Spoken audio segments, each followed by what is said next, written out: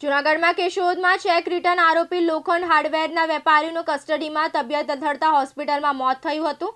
કેશોદના લોખંડના વેપારી ધનસુખભાઈ જેરામભાઈ હિરપરા સામે ચેક રિટર્ન કેસ થયેલ હતો અને આ સબબની ફરિયાદ અનુસંધાને વોરંટ ઇસ્યુ થયો હતો, જે બાબતે પોલીસે તેમની અટકાયત કરી હતી અને પોલીસ સ્ટેશન લાવેલા. ત્યારબાદ તેઓની તબિયત અચાનક લથડતા તેમને પોલીસ જપ્ત હેઠળ સારવાર માટે હોસ્પિટલમાં દાખલ કરવામાં આવ્યા હતા.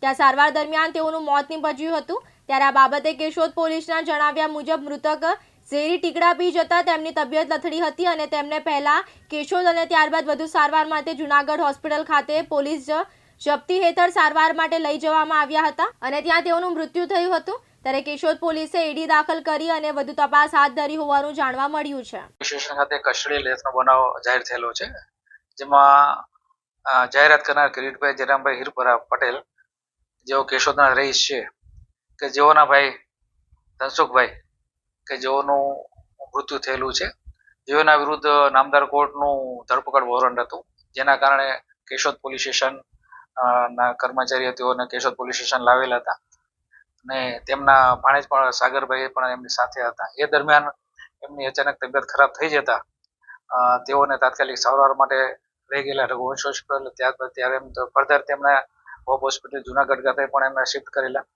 અને એ દરમિયાન જાણવા મળ્યું કે તેઓ સલ્ફોસના ટીકડા ખાઈ ગયેલા હતા, જેને કારણે તેઓનું મરણ થયેલું છે. કેશોદ પોલીસ સ્ટેશન આ કામે એડી દાખલ કરી આગળની તપાસ યુએસપીસી માંગોળના હાથ ધરેલી છે. પ્રકાશ દવે સાથે યજ્ઞેશ ભટ્ટ, દિવ્યાંગ ન્યૂઝ, કેશોદ, જૂનાગઢ.